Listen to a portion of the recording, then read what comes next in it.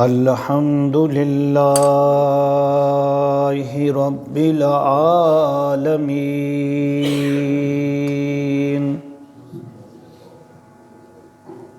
والعاقبۃ للمتقین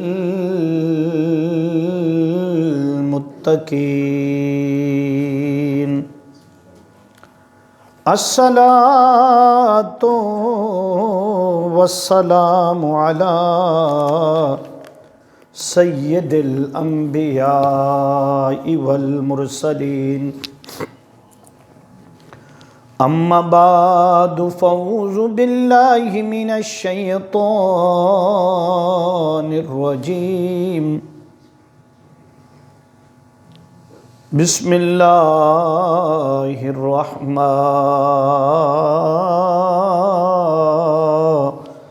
الرحیم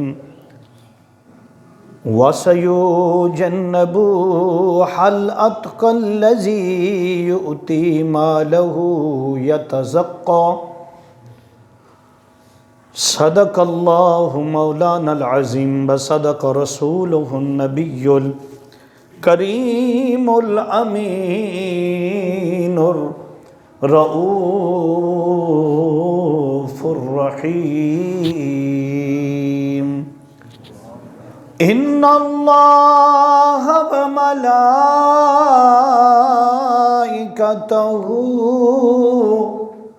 یصلون علی النبی یا ایہا الذین آمنوا صلوا علیہ وسلموا تسلیما۔ سب پڑھیے صلی اللہ علیہ یا رسول اللہ وسلم علیہ یا۔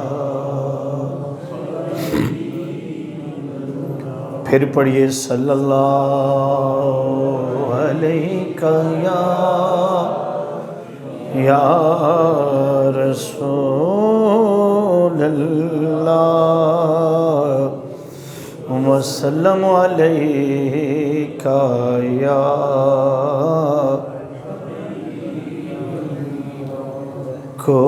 کونین دیوالیدہ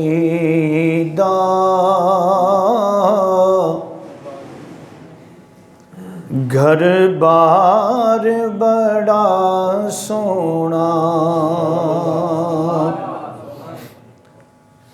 کونین دیوالیدہ گھر بار بڑا سونا،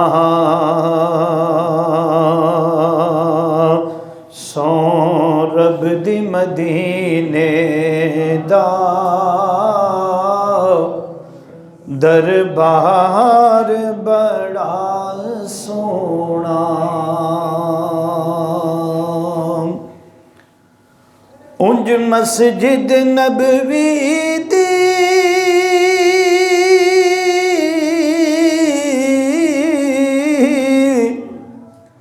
ہر چیز پیاری ہے،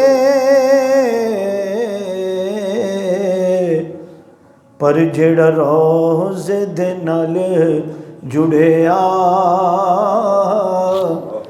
مینار بڑا سونا، جڑا روزے دے نال جڑیا مینار بڑا سونا، سب راستے مدینے دے سانو جان تو ود پیارے، پر جڑا روزے نو جاندا اے بازار بڑا سونا، اور صدیق عمر عثمان، حیدر تو میں وارا جان، صدیق عمر عثمان، حیدر تو میں وارا جان، میرے کملی والے دا ہر یار بڑا سونا، میرے کملی والے دا ہر یار بڑا سونا، سو رب دی مدینے دا دربار بڑا سونا۔ حمد و صلات کے بعد اللہ رب العزت کا شکر ہے جس کی توفیق سے جمعۃ المبارک کی برکتوں اور سعادتوں کو حاصل کرنے کے لیے ہم حاضر ہیں۔ اللہ پاک ہماری حاضری کو اپنی بارگاہ میں شرف قبولیت عطا فرمائے۔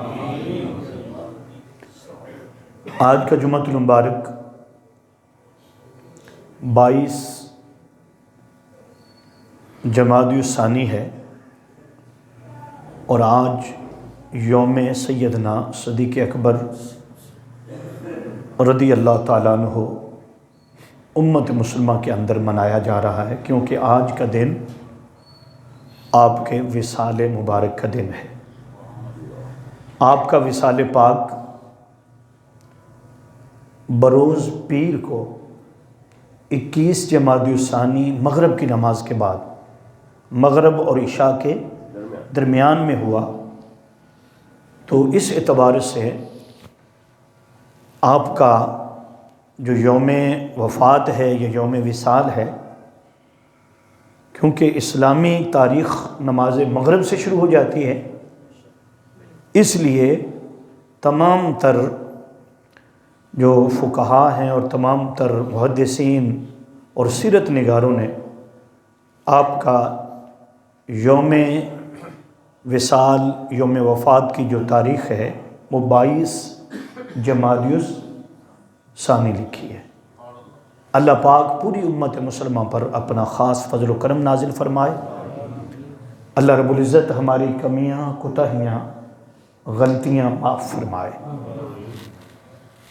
جو آیت مقدسہ میں نے آپ کے سامنے تلاوت کی، یہ پچھلے جمعۃ المبارک میں بھی اسی آیت مقدسہ پر بیان ہوا تھا کہ قرآن کہتا ہے کہ وَسَيُجَنَّبُهُ الْأَتْقَى الَّذِي یُؤْتِي مَالَهُ یَتَزَکَّیٰ، دور رکھا جائے گا اس شخص کو جہنم کی آگ سے جو سب سے بڑا اتقا ہے، سب سے بڑا متقی ہے، سب سے بڑا پرہیزگار ہے۔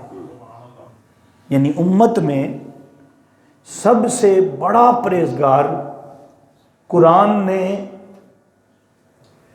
اس آیت مقدسہ میں وَسَيُجَنَّبُهُ الْأَتْقَى حل، اور یہ بھی یاد رکھ لیں کہ حضرت عبداللہ بن عباس سے لے کر آج تک تمام تر مفسرین کا اس پر اجتماع ہے، انہوں نے اس بات پر اجماع کیا کہ یہ آیت مقدسہ حضرت سیدنا صدیق اکبر رضی اللہ تعالیٰ عنہ کی شان میں نازل ہوئی ہے۔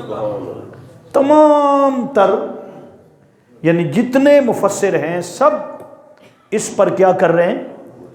متفق ہیں، اس کو اجماع کہہ لیں، اجماع امت کہہ لیں کہ اتقا سے مراد یعنی اس امت میں سب سے بڑا پرہیزگار کون ہے؟ بولنا سیدنا صدیق اکبر. اور یہ بات ساتھ ساتھ کرنا ضروری ہے، کہیں یہ نہ بات آ جائے کہ باقی نہیں تھے.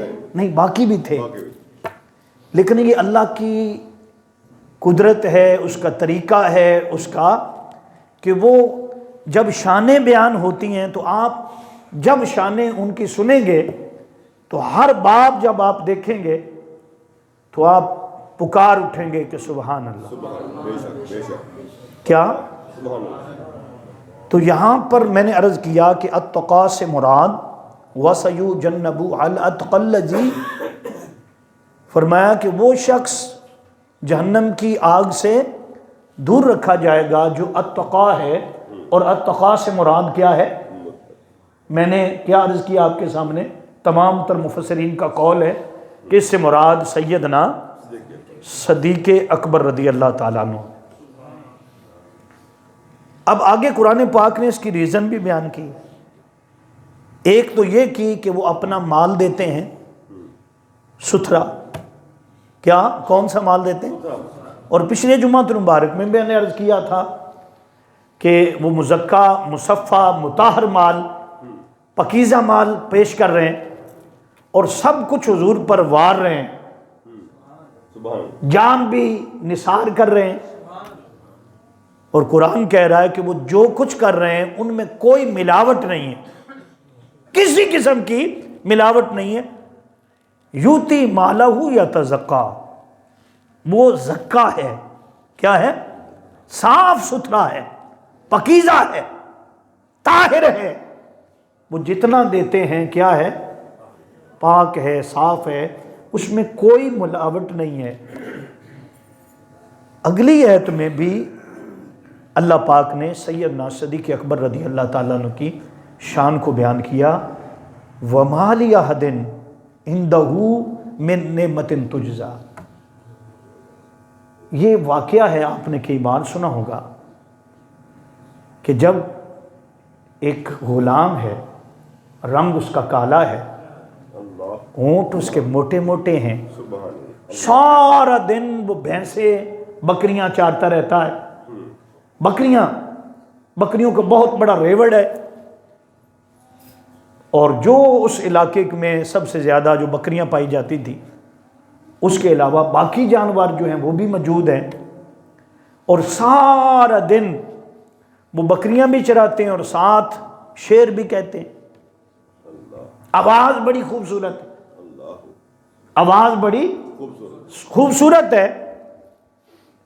علماء نے لکھا ہے کہ جب وہ بکریاں چرا رہے تھے اور ساتھ شعر پڑھ رہے تھے تو ہاتف غیب سے آواز آئی کہ اے غلام، آج تو شعر پڑھ رہا ہے اور تیری زبان جو ہے اتنی خوبصورت، تیرا کلام اتنا خوبصورت، آواز اتنی خوبصورت. وہ دن آئے گا زبان تیری ہوگی، ذکر میرے محبوب کا ہوگا. ذکر کیا ہوگا؟ میرے محبوب کا ہوگا. ہوا یوں کہ ادھر بازار میں چلے آ رہے ہیں، ادھر سے حضور کریم آقا کا گزر ہو گیا. این جب درمیان میں آئے نا، آمنے سامنا ہوا، تو سرکار بھی رک گئے اور وہ غلام بھی رک گئے. وہ غلام بھی. اب علماء نے لکھا ہے کہ غلام کی نظر مصطفیٰ پر ہے، حضور کے چہرے پر ہے، اور آقا کریم کے چہرے کو وہ تک کر وہیں کھڑا ہے، حیرت میں گم ہے کہ پہلے اس نے حضور کو دیکھا نہ تھا، پہلی بار دیکھا. تو امام بخاری نے لکھا ہے کہ جب کوئی حضور کو پہلی بار دیکھتا، پہلی بار تاجدار کائنات صلی اللہ علیہ وسلم کا چہرہ پاک دیکھتا، وہ تعجب میں آ جاتا. اور ایک روایت فرمایا وہ ڈر جاتا. کیا ہو جاتا؟ ڈر جاتا. اور ایسی بھی روایت موجود ہے کہ جب ایک عرابی حضور کی بارگاہ میں آیا اور حضور کا چہرہ اس نے دیکھا تو ڈر گیا.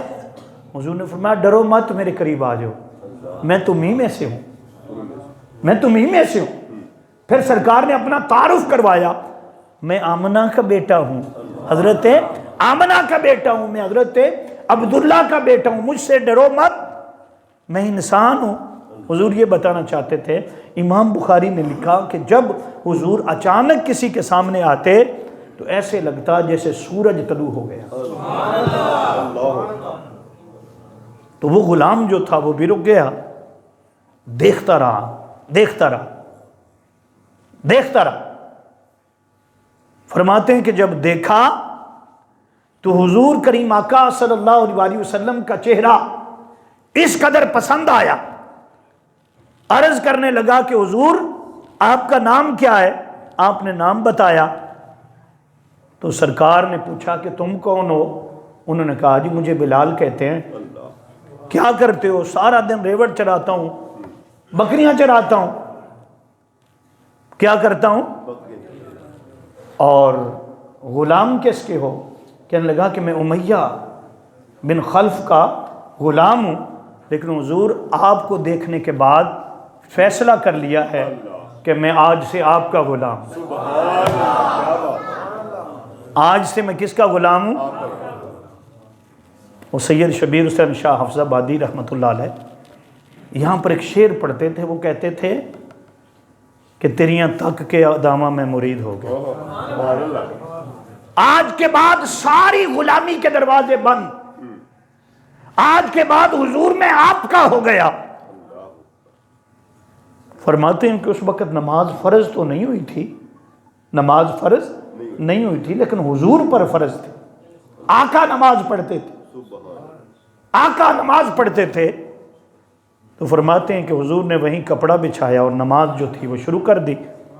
اس غلام نے دیکھا، آقا کو تکتا رہا، اداؤں کو تکتا رہا، نماز دیکھتا رہا اور گھر گیا تو کیا کیا؟ فرماتے وہیں سے کپڑا اٹھایا، یہ مسلوں کا دور تو نہیں تھا، چادروں کا دور تھا، کپڑوں کا دور تھا، تو ایک چادر اٹھائی، بچھا دی اور اللہ اکبر نماز شروع کر دی۔ جو مالک تھا، جس کے یہ غلام تھے، وہ غصے میں آ گئے۔ اس نے کہا بلال یہ کیا کر رہے ہو؟ جواب دیتے ہیں کہ آج میں نے ایک شخصیت کو دیکھا ہے، ایسی صورت میں نے آج تک نہ دیکھی تھی، میں اس کا غلام ہو گیا۔ اس نے کہا غلام تو میرا ہے، میں نے تجھے خریدا ہوا، یہ کیسے ہو سکتا ہے کہ دیکھ کر ہی کوئی غلام ہو جائے؟ یہاں دام ہوتے ہیں جناب، وہ بولی ہوتی ہے، غلام خریدے جاتے ہیں، ایسے تو نہیں ہوتا۔ اس نے کہا کہ وہ محبوب ایسا ہے کہ اس کی نگاہ جس پر پڑ جائے پھر یہ ہوتا ہے کہ کسی اور قیمت کی دینے کی ضرورت نہیں، ان کی جو زلفوں کو تک لیتا ہے، ان کی زلفوں کا اسیر ہو جاتا ہے، اور میں بھی ان کی زلفوں کا اسیر ہو گیا ہوں، میں ان کے بس میں ان کا ہو گیا ہوں۔ تو دشمن جو تھا، جو اسلام کا دشمن تھا، امیہ ابن خلف، اس نے کہا اچھا ابھی تیرا عشق نکالتے ہیں۔ تیرا عشق گرمی کے دن تھے، اور آپ کو پتہ ہے جو عمرہ کرتے ہیں، جو حج پر جاتے ہیں، کہ جب گرمیوں کے دن ہوں تو کیا وہاں پر صورتحال ہوتی ہے، اور کس طرح وہ پہاڑ جو ہیں وہ تپتے ہیں، اور کس طرح سورج لگتا ہے کہ بالکل قریب ہے۔ تو پھر کیا تھا، دوپہر کا وقت تھا، حضرت بلال کو گرم ریت پر لٹا دیا گیا، بھاری پتھر جو تھا اٹھا کر آپ کے سینے مبارک پر رکھ دیا گیا، اور رکھ کر کہا کہ اب بول، اب تیرا عشق کہاں ہے، اب بول۔ اس نے کہا کہ یہ جو تم نے میرے اوپر پتھر رکھا ہے نا، اور جو مجھے آگ پر لٹایا ہے، یہ کچھ نہیں، میرے عشق کی تپش اس سے زیادہ ہے۔ جتنے پتھر تمہیں نظر آ رہے ہیں یہ سارے بھی رکھ دو، میرے ٹکڑے ٹکڑے بھی کر دو، جو ہو سکتا ہے تم کر لو، لیکن جن سے محبت ہو گئی ہے نا، جن کی زلفوں کا اسیر ہوا ہوں نا، جن کی نگاہ کو تک لیا ہے، جس چہرہ پاک کو تکا ہے، ہائے ہائے کہنے لگے کہ اب ہو نہیں سکتا، اب سودا کر بیٹھے ہیں، ہائے اب بک گئے ہیں، اب کیا محبوب کے نام پر، تو اب ایسا نہیں ہو سکتا کہ تم مجھے۔ کہتے ہیں کہ انہوں نے انگارے جو تھے وہ گرم کر لیے اور آپ کی زبان مبارک پر رکھے، اتنا ڈرایا، اتنا بچوں کو بلایا، گھسیٹا، پتھر مارے، گلیوں میں گھمایا، کچھ نہیں بنا، رات کو پھر بند کر دیا، چلو جی صبح دیکھیں گے۔ جب صبح ہوئی تو پھر کارروائی شروع کر دی، مارنا پیٹنا شروع کر دیا۔ ادھر سیدنا صدیق اکبر رضی اللہ تعالیٰ عنہ آپ کلمہ پڑھ چکے ہیں، اور آپ کے کہنے پر آپ کے دوست تاجر حضرات جو تھے، جس میں سیدنا عثمان غنی بھی ہیں اور معروف بھی ہیں، یہ 6 افراد جو تھے، تقریباً 5 افراد حضرت سیدنا صدیق اکبر کے علاوہ یہ بھی کلمہ پڑھ چکے ہیں۔ اور ادھر یہ حال ہے کہ آپ کو سیدنا صدیق اکبر رضی اللہ تعالیٰ عنہ جو باقی دوست لائے ہیں، ایمان لے کر آئے، وہ تو سب طاقتور ہیں، سب کے پاس مال ہے، مکے والے ڈرتے ہیں، لیکن یہ جو غلام ہے نا، اس کے پاس مال بھی نہیں، یہ تو غلام تھا۔ انہوں نے کہا کہ اسی کو عبرت ناک بناتے ہیں، لوگوں کے لیے عبرت کا مقام بناتے ہیں، تو پھر کیا ہوگا، باقی لوگ ڈر جائیں گے، اب مار پٹ رہی ہے۔ تو سیدنا صدیق اکبر رضی اللہ تعالیٰ عنہ کو پتہ چلا، اور وہ جب مارتے تھے تو آپ آہدہ آہدہ آہدہ، وہ ایک ہے، وہ ایک ہے، وہ ایک ہے۔ وہ کہتے کہ اپنے محبوب کا نام لو، کہنے لگے کہ ابھی تو اس کا جو بتایا ہوا وظیفہ ہے نا وہ پکڑا ہے، محبوب تو آگے آئے گا۔ تو پھر کیا تھا، فرماتے ہیں انہوں نے اتنا مارا، تپتی ہوئی آگ ہے، ہر چیز جو آزما دی ہے۔ تو سیدنا صدیق اکبر رضی اللہ تعالیٰ عنہ نے حضور سے عرض کی، حضور وہ جو آپ کا غلام ہو گیا جس کا نام بلال ہے، لوگ بڑا مارتے ہیں، بڑا ظلم کر رہے ہیں، پورے مکے میں پھرایا جاتا ہے، تو حضور ایسا نہ ہو کہ حضور ہم اسے خرید لیں، ہم اسے۔ اور ایک روایت میں کہ حضور نے سیدنا صدیق اکبر کو بلائے اور فرمایا، صدیق ایسا سنا ہے کہ ایک بلال شخص کا، بلال ہے جس کا نام، اس کو اس طرح مار پڑ رہی ہے، اور اس نے صرف مجھے دیکھا ہے، اور دیکھ کر اس نے یہ فیصلہ کر لیا کہ میں اب غلامی مصطفیٰ اختیار کروں۔ تو پھر ایسا کریں کہ آدھے پیسے میں ڈالتا ہوں، آدھے پیسے میں دیتا ہوں، اور آدھے آپ کریں اور اس کو جا کر خرید لیں۔ فرماتے ہیں کہ سیدنا صدیق اکبر نے کہا، لبیک یا رسول اللہ، چلے گئے وہاں سے۔ اور جب وہاں گئے تو فرماتے اس وقت بھی حضرت بلال کو مار پڑ رہی تھی، دوپہر کا وقت، اور جا کر اس سے کہا، ہاں جی، اور کہتے ہیں کہ جب وہ حضرت ابو بکر قریب آئے تو اس وقت انہوں نے زیادہ مارنا شروع کر دی، زیادہ مارنا شروع کر دی، آ گئے ہیں تو اب ان کے سامنے ذرا ایسا کریں۔ تو آپ نے روکا، یہ کیا کر رہے ہو؟ تو اس وقت انہوں نے جواب دیا کہ اگر زیادہ ہی آپ کو اس بات پر کوئی ایسی پریشانی ہے یا آپ کو یہ اچھا نہیں لگا، پھر ایسا کریں آپ اسے خرید لیں، آپ اسے۔ تو سیدنا صدیق اکبر نے فرمایا کہ جو تم مانگو گے وہ دوں گا۔ اور ایک روایت میں فرمایا کہ میرے پاس ایک غلام ہے جو سفید رنگ کا ہے، ہاں جی، وہ بھی دے دوں گا، اور جتنے تم 7 درہم اور دینار کہتے ہو وہ بھی دے دوں گا۔ حدیث پاک میں آتا ہے، اور مفسرین نے اور سیرت نگاروں نے لکھا کہ انہوں نے اتنے مانگے کہ ایک غلام اس قیمت پر کبھی ایسا ہو ہی نہیں سکتا کہ اتنا ریٹ لگ جائے، اور ساتھ ایک غلام بھی اس کے بدلے دیا جا رہا ہے۔ تو جیسے انہوں نے مانگا تو آپ نے فرمایا مجھے قبول ہے، اللہ سبحان اللہ، کم بھی نہیں کیا۔ وہ ایک دوسرے کو ایسے کرنے لگے، کیونکہ وہ اس وقت غلاموں کی خریداری ہوتی تھی، اور لوگ دیکھ کر فرماتے تھے کہ اس کی اتنی قیمت ہے، دیکھ کر کہتے تھے کہ اتنی قیمت ہے۔ تو اب کیا تھا، فرمانے لگے کہ لگتا ہے ابو بکر کو معلوم نہیں ہے، یہ کوئی کام کا نہیں ہے، صرف بکریاں چرانے والا ہے، کوئی فن اس کے پاس نہیں، اور اتنی بڑی رقم دے دی۔ اور جب آپ نے خرید لیا تو ایک دوسرے سے کہنے لگے کہ لگتا ہے بلال کا کوئی احسان ہے ابو بکر پر۔ کس پر؟ ابو بکر پر، اتنی بھاری رقم دے دی اور ساتھ غلام بھی دے دیا۔ تو اس کا جواب قرآن پاک نے دیا۔ قرآن نے کہا کہ ابو بکر پر اس کا کوئی احسان نہیں، ابو بکر جو کرتا ہے وَمَا لِأَحَدٍ عِندَهُ مِن نِعْمَةٍ تُجْزَىٰ، وہ تو جو کچھ کرتا ہے اس کے لیے کرتا ہے، إِلَّا ابْتِغَاءَ وَجْهِ رَبِّ الْأَعْلَىٰ وَلَسَوْفَ يَرْضَىٰ۔ اللہ پاک فرماتا ان قریب وہ ان قریب کیا ہے؟ قیامت کا دن. جب قیامت کا دن ہوگا تو دنیا دیکھے گی، لوگ دیکھیں گے، تمام تر امتیں دیکھیں گی، انبیاء دیکھیں گے، رسول دیکھیں گے، اولیاء اللہ دیکھیں گے کہ آج ابو بکر صدیق کو کیا مقام مل رہا ہے، کیا مقام مل رہا ہے. تو فرماتے ہیں کہ حضرت بلال کی جو خریداری تھی نا، اس پر یہ ایت مقدسہ جو تھی وہ اتری. اللہ پاک نے فرمایا کہ صدیق جو کرتا ہے نا اللہ کی رضا کے لیے کرتا ہے. سبحان اللہ. کس کے لیے جی؟ اللہ کے نام. اللہ اور اس کے رسول صلی اللہ علیہ وسلم کی رضا کے لیے. پھر لکھا ہے کہ حضور اکرم صلی اللہ علیہ وسلم کی بارگاہ میں جب حضرت سیدنا صدیق اکبر بلال، حضرت سیدنا بلال رضی اللہ لے کر گئے تو حضور کھڑے ہو گئے.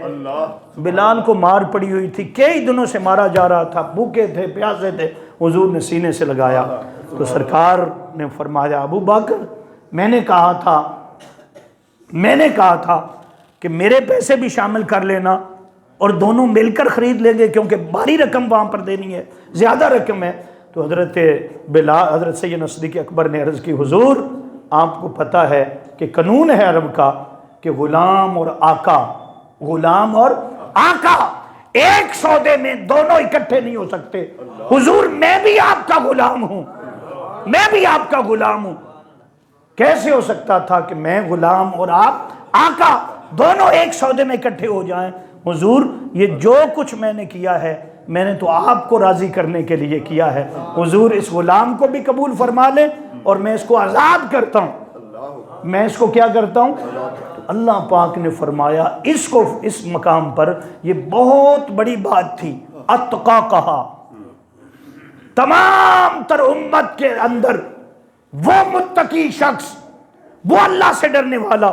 اور یاد رکھ لیں آپ قرآن پاک کا پورا نچوڑ نکال لیں، جہاں پر بھی قرآن پاک کہیں گے آپ پڑھیں گے نا، مثال کے طور پر الف لام میم ذالک الکتاب لا ریب فیہ ھدی للمتقین. اللہ پاک نے فرمایا کہ یہ وہ کتاب ہے، اس میں کوئی شک نہیں، یہ ہدایت ہے واسطے متقین کے. کس کے واسطے ہدایت ہے؟ متقین. یاد رکھنا. پھر قرآن کہتا ہے یا ایھا الناس اعبدوا ربکم الذی خلقکم والذین من قبلکم لعلکم تتقون.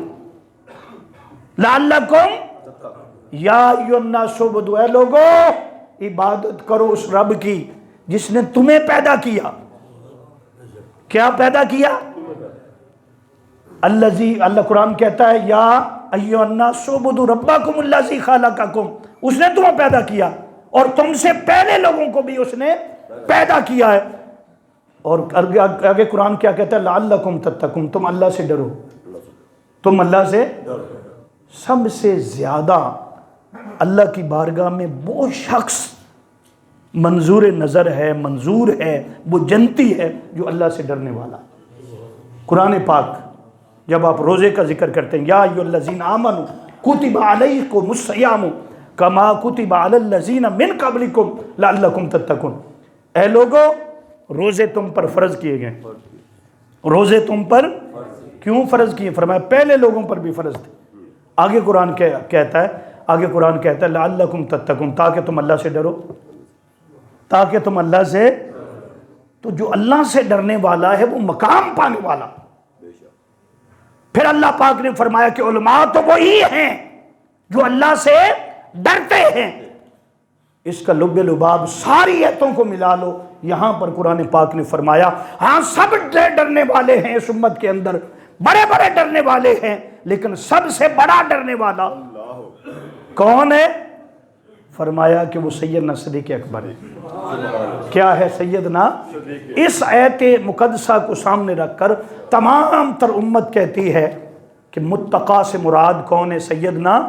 فرماتے ہیں یہ قرآن کی نص سے ثابت ہوتا ہے کہ سیدنا صدیق اکبر بعد از انبیاء، رسول اکرم صلی اللہ علیہ وسلم کے بعد، حضور کے بعد سب سے بڑی فضیلت اس امت میں جو ہے وہ سیدنا صدیق اکبر رضی اللہ تعالیٰ عنہ. تو یہ ہیں سیدنا صدیق اکبر رضی اللہ تعالیٰ. پھر قرآن پاک کی 32 سے لے کر کتنی 32 سے لے کر تقریباً 40 آیات خاص سیدنا صدیق اکبر رضی اللہ تعالیٰ عنہ کی شان میں. اور علماء نے لکھا ہے کہ حضور کے کل صحابہ کرام جب حضور دنیا سے تشریف لے گئے تھے تو آپ کو پتہ ہونا چاہیے، آپ ہر جمعہ پڑھتے ہیں، اخبار پڑھتے رہتے ہیں، سیرت کی کتابیں پڑھتے ہوں گے. کل صحابہ کی تعداد جب حضور اس دنیا سے گئے تو ایک روایت میں 1,24,000 صحابہ تھے. کتنے تھے جی؟ دوسری روایت ہے کہ 1,40,000 صحابہ تھے. کتنے تھے؟ 1,40,000. آج تک آپ کو لب لباب بتا رہا ہوں، جتنی کتابیں چھپی ہیں، کل کتابیں آپ پڑھ لیں جو صحابہ پر کتابیں لکھی گئیں، بڑے بڑے محدث لکھتے رہے، علامہ جلال الدین سیوطی پڑھ لیں، اس سے پہلے پڑھ لیں، جو کتابوں میں تعداد ملتی ہے، جو روایات کی تعداد ملتی ہے، بہت کم ہے. وہ بہت، ساری کتابیں اٹھا لیں، صرف 8,500 صحابہ کے جو زندگی ہے وہ ملتی ہے. کتنے جی؟ باقیوں کی نہیں ملتی.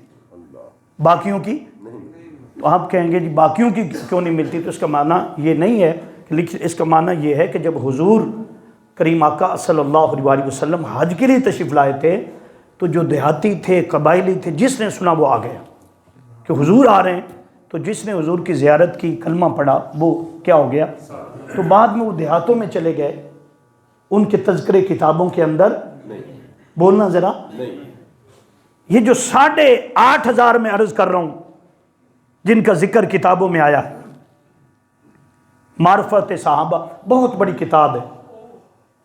اسی طرح اور بھی صحابہ کی شان پر کتابیں لکھی گئی. میں نے عرض کیا آپ کے سامنے کتنی، کچھ 8,500 صحابہ کرام کا ذکر کتابوں میں ہے، باقیوں کا کیوں نہیں؟ جیسے میں نے کہا کہ وہ چلے گئے دیہاتوں میں، چلے گئے مختلف علاقوں میں، چلے گئے، کئیوں کو پتہ تھا، کئیوں کا نہیں پتہ تھا. تو اس طرح کل تعداد اس وقت جو تھی، جو حضور کریم آقا کے سامنے تھی، جو آقا کریم سے آخری خطبہ حجت الوداع فرمایا تھا، تو اس وقت تمام تر عورتوں کو بھی ملا کر، بچوں کو بھی ملا کر، اس پر چھوٹے بچے بھی موجود تھے، چھوٹے بچے بھی موجود تھے. ان کے نام بھی کتابوں میں آئے ہیں، ان کے نام بھی کتابوں میں.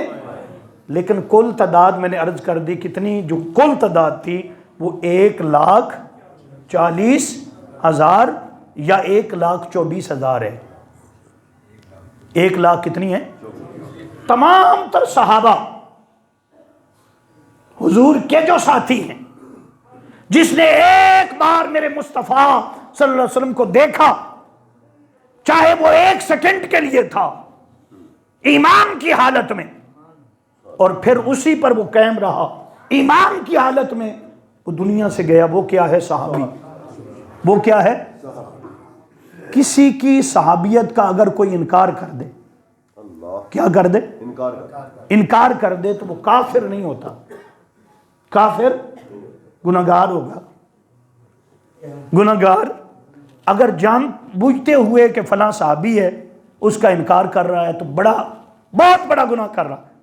لیکن بعد جیسے میں نے عرض کر دیا ایسے بھی ہیں جن کا نام تک موجود نہیں ہے، لیکن ایک صحابی تمام تر اتفاق ہے، وہ سیدنا صدیق اکبر رضی اللہ تعالیٰ عنہ، جن کی صحابیت کا انکار کفر ہے. جن کی تمام تر صحابہ عظمت والے، شان والے، کسی صحابی کا کوئی انکار کر دے اپنی کم علمی کی وجہ سے، بغض کی وجہ سے، یا عناد کی وجہ سے، کچھ بھی ہو، اگر وہ انکار کر دے تو کافر وہ ہوگا جو اللہ کو نہیں مانتا یا رسول اللہ کو نہیں مانتا. لیکن ایک صحابی رسول ایسے ہیں جن کی صحابیت کا انکار کفر ہے. کیا ہے بھائی؟ آپ کہیں گے کیوں آپ کا حق بنتا ہے؟ تو اس کا جواب یہ ہے کہ قرآن پاک میں اللہ پاک نے کسی ایک کو صحابی کہہ کر نہیں کہا، اجتماعی طور پر سب کا ذکر آیا. فرمایا کہ وہ ادب والے ہیں، وہ سابقون ہیں، سبقت لے جانے والے ہیں، وہ اولون ہیں، سب کا ذکر قرآن کرتا رہا، لیکن ایک صحابی جو آقا کی قربت میں، جو آقا کریم صلی اللہ علیہ وآلہ وسلم کے ساتھ ہر وقت اتنی معیت ملی، اتنی قربت ملی کہ کسی اور کو نہ ملی، وہ ہر جگہ پر حضور کے ساتھ ہیں، وہ ہر جگہ حضور کے۔ قرآن نے صرف ایک کو صحابی کہا، قرآن نے صرف اذ یقول لصاحبہ، محبوب یاد کریں جب آپ کہہ رہے تھے، کیا؟ اذ یقول لصاحب، آپ اپنے ساتھی سے کہہ رہے تھے، صاحبی کیا مطلب؟ صحابی سے کہہ رہے تھے۔ کیا کہہ رہے تھے؟ کہ جب غار میں پہنچ گئے تھے، اور غار اتنی اونچی ہے کہ میں نے عرض کر دیا پچھلے جمعہ مبارک، وہاں جب غار کے دروازے پر پہنچے تو سیدنا صدیق اکبر نے عرض کی، حضور آپ یہاں رک جائیں۔ سبحان اللہ۔ سرکار نے پوچھا کیوں؟ عرض کی حضور یہ پرانی غار ہے، پرانی بات۔ کوئی موذی جانور اس کے اندر نہ ہو، کوئی سانپ اس کے اندر نہ ہو۔ آقا پہلے میں جاتا ہوں، پہلے میں جاتا ہوں، میرے مصطفیٰ، میں اندر جا کر معائنہ کرتا ہوں، جائزہ لیتا ہوں، ہر ایک چیز کو دیکھتا ہوں، جب پورا دیکھ لوں گا تو پھر حضور عرض کروں گا آپ اندر تشریف لے آنا، آپ اندر۔ سیدنا صدیق اکبر رضی اللہ تعالیٰ عنہ فرماتے، یہاں پر اعلیٰ حضرت عظیم المرتبت کہتے ہیں کہ سیدنا صدیق اکبر اپنی جان قربان کر رہے ہیں، اللہ، بے شک بے شک۔ اور یہاں پر اعلیٰ حضرت نے یہ بھی کہا کہ یہاں مولا علی شیر خدا رضی اللہ تعالیٰ عنہ کی شان یہ ہے کہ ادھر وہ بستر پر لیٹے تھے، وہاں بھی جان کی قربانی تھی کہ کافر تلواریں لے کر کھڑے تھے، ادھر مولا کائنات علی المرتضیٰ وہ اپنی جان پیش کر رہے ہیں اور بستر پر لیٹے ہوئے ہیں، کیونکہ باہر ظالم کھڑے ہیں تلواریں لے کر حضور کو شہید کرنا چاہتے ہیں، اور ادھر مولا کائنات علی المرتضیٰ کا انتخاب ہو گیا، اور ادھر سیدنا صدیق اکبر کا انتخاب ہوا ہے کہ آپ بھی اپنی جان قربان کرنے کے لیے تیار ہیں۔ عرض کرتے ہیں کہ حضور آپ ٹھہر جائیں۔ تو کیا ہوا؟ سیدنا صدیق اکبر اندر تشریف لے گئے، پوری غار کو دیکھا، ہاتھوں کے ساتھ صفائی کی، ہاتھوں کے ساتھ، پھر اپنی چادر کو پھاڑا، پھاڑ کر چھوٹے چھوٹے ٹکڑے کر دیے، تمام تر سوراخ بند کر دیے، چادر ختم ہو گئی، چادر ختم ہو گئی، تو پھر دو سوراخ باقی رہ گئے۔ امام فخر الدین رازی تفسیر کبیر میں لکھتے ہیں، فرماتے دو سوراخوں میں اپنی ایڈیاں رکھ لی، اور ایڈیاں رکھ کر کہا حضور عرض کی میرے آقا میرے محبوب آ جائیں، میرے محبوب۔ تو سرکار نے پوچھا کہ ابو بکر یہ کیا معاملہ ہے، یہ کیسے، کیا پوزیشن کی ہوئی ہے کہ ٹانگیں اپنی دو سوراخوں میں رکھی ہوئی ہیں اور ایسے کہ؟ کہا حضور مجھے ڈر ہے، مجھے کیا ہے؟ ڈر ہے کہ ان سوراخوں کے اندر کوئی ایسی چیز نہ ہو جو نقصان پہنچانے والی ہو، وہ آپ کو نقصان پہنچا دے، اگر کوئی آپ کو نقصان دینا چاہے تو پہلے میں اپنی جان پیش کر دوں، اس لیے ایڈیاں رکھی ہوئی ہیں۔ تو حضور کریم آقا نے یہ نہیں فرمائی کہ اپنی ایڈیاں ہٹا لو، سرکار نے فرمایا ٹھیک ہے، پھر اپنی گود کرو، میں اپنا سر رکھ کر آرام کرنا چاہتا ہوں، آرام کرنا چاہتا ہوں۔ سرکار دو عالم صلی اللہ علیہ وسلم نے سر رکھا ہوا ہے، کس کی؟ سیدنا صدیق اکبر کی گود۔ علماء کہتے ہیں کہ اس وقت یہ گود جس میں حضور کا سر مبارک تھا، فرماتے ہیں یہ تمام تر کائنات سے افضل تھی، کیونکہ آقا کا سر مبارک۔ اور آج بھی ہمارا عقیدہ یہ ہے کہ جس جگہ میرے مصطفیٰ تشریف فرما ہیں، جس زمین کے ٹکڑے کے ساتھ میرے مصطفیٰ کا جسم اقدس لگا ہے، متفق کا فیصلہ ہے۔ کیا؟ صرف اہل سنت بریلوی حضرات کا نہیں، اہل سنت صرف بریلوی کا، بلکہ باقی جو فرقے ہیں جنہیں آپ دیوبندی کہتے ہیں، ان کی کتابوں کے اندر بھی یہی ہے۔ مولانا اشرف علی تھانوی نے بھی یہی لکھا کہ جس جگہ، جس مٹی پر میرے مصطفیٰ صلی اللہ علیہ وسلم کا جسم اقدس لگا ہے، وہ مٹی، وہ جگہ کعبے سے بھی افضل ہے۔ کیا ہے؟ کعبے سے بھی افضل ہے، کیونکہ کعبے کو رب نے اپنا گھر کہا ہے۔ رب گھر کہا ہے، وہ تو ہر مسجد کو کہا ہے، لیکن حضور اکرم صلی اللہ علیہ وسلم کا جسم پاک، حضور کا پاکیزہ جسم جہاں لگا ہے نا، فرماتے وہاں خود حضور موجود ہے، تو ادھر صرف کہا ہے اور کہنے کی وجہ سے نسبت ہے، اور ادھر کریم آقا صلی اللہ علیہ وسلم کی جسم پاک کی برکت ہے، آقا علیہ السلام کے جسم پاک کی برکت ہے۔ تو میں نے عرض کیا آپ کے سامنے کہ ادھر گود ہے، ادھر یہ واقعہ تو آپ نے کئی بار سنا کہ سانپ ہے، وہ آنا چاہتا ہے، اور وہ بھی کئی سو سال سے، جناب عیسیٰ علیہ السلام کے دور سے۔ امام فخر الدین رازی نے لکھا کہ وہ بھی انتظار میں تھا جب حضرت عیسیٰ بیان کر رہے تھے کہ لوگوں تم نے ابھی مجھے دیکھا ہے کہ میں مٹی اٹھاتا ہوں، پھونک لگاتا ہوں، پرندہ بن کر اڑ جاتا ہے، میں کوڑے کو ہاتھ لگا دوں اس کا کوڑ ختم ہو جاتا ہے، میں اندھے کو ہاتھ لگا دوں تو اندھے کو آنکھیں مل جاتی ہیں، اور پھر میں مٹی اٹھا کر پھونک لگا دوں تو پرندہ بن کر اڑتا ہے۔ یہ تو میری شانیں دیکھتے ہو، میں تو اعلان کرنے والا ہوں، میرے بعد ایک آنے والا ہے جو سورج کو پلٹ دے گا، چاند کے ٹکڑے کر دے گا، ارے چاند اس کا کھلونا ہوگا، چاند اس کا، وہ تمام تر نبیوں کا سردار ہے، سب نبی اس کے پیچھے نماز پڑھیں گے۔ تمام تر مجمع میں وجہ طاری ہو گیا، جب وجہ طاری ہو گیا تو ایک سانپ جو تھا وہ آگے بڑھا، اس نے عرض کی باری تعالیٰ مجھے ناطق عطا فرما، زبان عطا فرما، میں عیسیٰ علیہ السلام سے سلام کر سکوں، عرض کر سکوں۔ تو کہتے ہیں کہ حضرت عیسیٰ علیہ السلام کے قریب آیا، پوچھا وہ محبوب کب آئے گا، کتنی دیر باقی ہے اس مصطفیٰ کے آنے میں، تاجدار کائنات کے آنے میں۔ سیدنا جناب عیسیٰ علیہ السلام نے فرمایا کہ ابھی محبوب کے آنے میں تقریباً 600 سال کا عرصہ ہے۔ 600 سال کا کیا ہے؟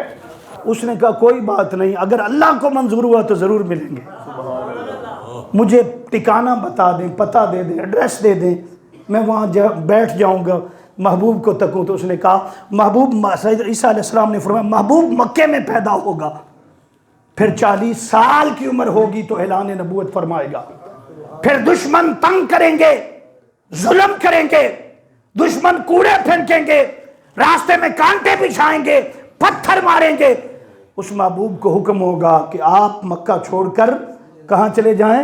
مدینہ چلے جائیں۔ راستے میں مکہ کے بالکل قریب ایک غار ہوگی جہاں محبوب 3 دن ٹھہرے گا۔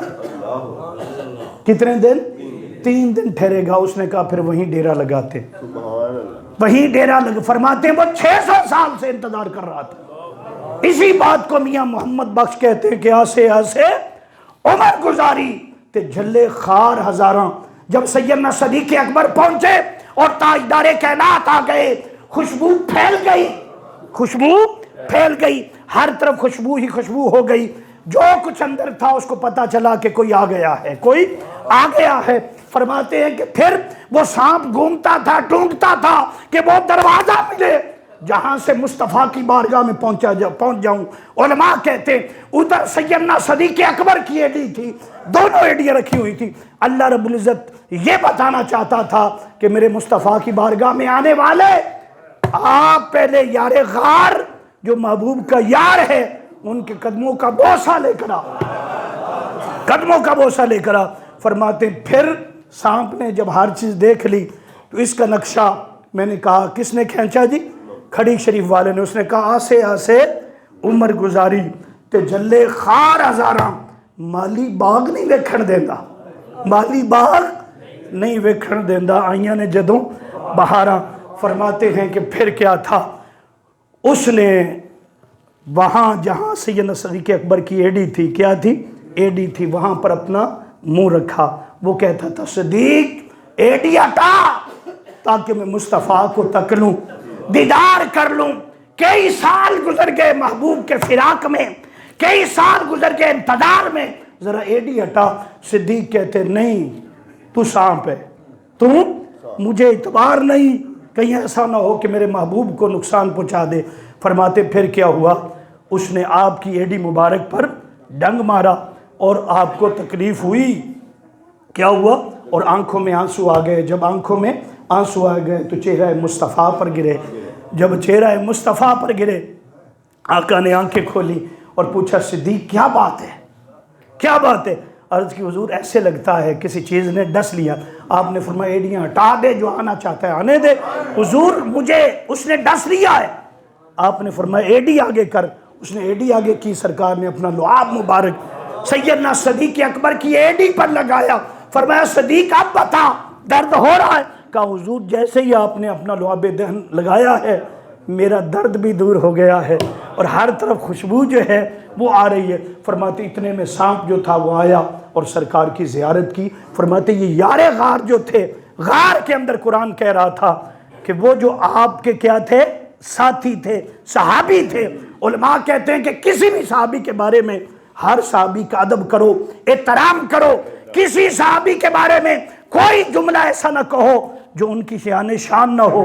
لیکن یاد رکھ لیں اگر کسی صحابی کا کوئی انکار کر بیٹھا وہ کافر، بولنا ذرا، لیکن سیدنا صدیق اکبر کی صحابیت کا انکار کیا تو کافر ہے. کیوں؟ قرآن کہتا ہے لصاحبہ کیا ہے؟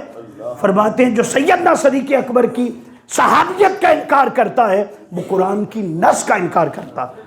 اس لیے فرماتے ہیں کہ واحد صحابی ہیں جن کا ذکر قرآن کہہ رہا ہے کہ جب آپ کہہ رہے تھے، کیا کہہ رہے تھے؟ انہوں نے کہا کہ یا رسول اللہ ڈر لگ رہا ہے کہیں ایسا نہ ہو کہ دشمن جو ہیں وہ یہاں پہنچ جائیں. تو سرکار نے کیا فرمایا؟ اے میرے صحابی غم مت کر، ایک تو ہے اور ایک اور تیسرا ہمارے ساتھ اللہ بھی، ہمارے ساتھ. تو دوستو بتانے کی بات یہ ہے کہ جو رفاقت، جو معیت سیدنا صدیق اکبر رضی اللہ تعالیٰ عنہ کو عطا ہوئی وہ ان کا جذبہ عشق تھا. اس لیے آخری بات آقا علیہ السلام نے فرمایا، ابھی تو میں نے وصال کے بارے میں عرض کرنا تھا لیکن وقت مکمل ہو چکا ہے، سن لیں. سرکار نے فرمایا کہ میرے صحابہ کیا تم سمجھتے ہو کہ ابو بکر نمازوں کی وجہ سے آگے؟ بولو ذرا. فرمایا اللہ نہیں، نمازی ہو سکتا ہے تم میں اور بھی کوئی ہو. کیا روزوں کے سے آگے بڑھ گئے ہیں؟ یا وہ جو مال دیا تھا، وہ جو سارا کچھ لٹایا تھا اس وجہ سے؟ فرمایا نہیں، لا ایسا نہیں. ہر صحابی نمازی بھی ہے، مال لٹانے والا بھی ہے، عظمت اور شان والا ہے. تو صحابہ نے پوچھا حضور پھر کیا بات ہے؟ فرمایا ابو بکر کے دل میں ایک چیز ہے. سبحان اللہ. کہاں ہے جی؟ سرکار نے فرمایا وہ جمی ہوئی ہے، وہ جم گئی ہے. وہ کیا ہے؟ فرمایا وہ محبت جو سیدنا صدیق اکبر نے حضور سے کی. آقا نے فرمایا کہ ہر احسان، ہر بدلہ ہر کسی کا اتار دیا، لیکن جو محبت انہوں نے کی ہے، جو احسان ابو بکر صدیق نے کیا، حضرت ابو بکر صدیق رضی اللہ، فرمایا وہ قیامت کے دن خود اللہ اتارے گا. اگر اللہ کو